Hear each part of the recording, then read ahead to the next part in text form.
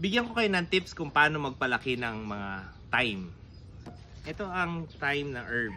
Usually ang mga herbs pataas ang tubo ng mga yan, pero ang thyme invasive yan. So horizontal ang tubo na to. So make sure when you plant this, dapat malawak yung gagapangan ng inyong halaman. Kaya pansinin nyo, dahil dito yung nakatanim sa seedling bag, laging lumalabas. So I'll show you our mother plant also. So ito yung mother plant namin ng thyme.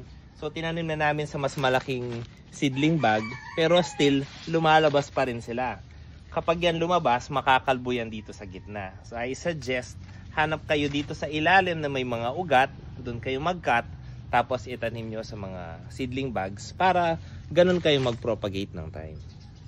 Another tip, yung ibang ginagawa namin, pinapagapang namin yung thyme sa ibang seedling bag. So for example, magtatabi kami ng another seedling bag, haya namin gumapang yan. Kapag gumapang yan dito at nag-ugat, doon namin siya puputulin. So that's how we propagate our thyme na mother plant.